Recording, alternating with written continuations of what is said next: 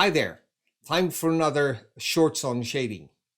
Today we take a closer look at the EN standard 17037 about daylight provision in buildings. When this arrived a couple of years ago, I definitely welcomed the fact that we got it. Why? Because it shows that finally in a standard we are recognizing the importance of natural daylight for the well-being of humanity.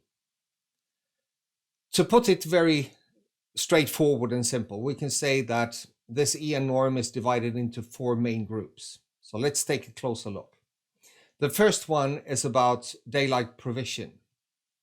Here they are setting a level of illuminance that should be kept at least during 50% of the daylight hours. So it means that we cannot only, in panic, shrink windows when we get overheating problems, because then we will mitigate the delivery of natural daylight. So we need to maintain proper window sizes. And here, solar shading plays a very important role to make that happen. The next part is about the view to the outside. So it's about the daylight opening and how many layers can we identify in depth, etc. And it's connected again to the size of the daylight openings. Well, you could ask the question, why is this important for everybody in an office, for example, to have a view to the outside? Well, I heard an explanation I would like to share with you. Not trying to claim that this is the explanation, but I can certainly agree it sounds logic and has some bearing on the case. We are genetically not very far from when we were standing up on two legs in Africa. At that time, we were extremely vulnerable, and we needed to have a proper view around to make sure we didn't spot any dangers. So it was a matter of survival, and that stays with us. If we have a view to the outside, it doesn't matter if we look at an airport or a traffic jam or something. It doesn't have to be a beautiful park. We feel more relaxed, and it's easier for us to focus on what we are doing.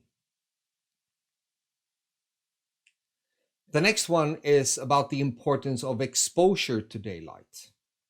And here they mention in the standard particularly patient rooms, playrooms, or living spaces. So patient rooms, what the Green Building Council, for example, states in their studies, when patients recover up to 8% faster after surgery, if they are hospitalized, if they have good daylight provisions and view to the outside. It's also vitally important for our children at school or at daycare. It plays an important role for their mental development and intellectual development as well.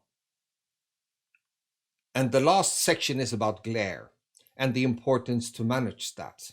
As the illustration shows, we can, with properly adopted solar shading, manage and reach the 1:3:10 ratio that gives us a visible comfort when we are working, help us to focus. So, finally, Shade Academy always strives to bring you to the point, useful and valuable knowledge.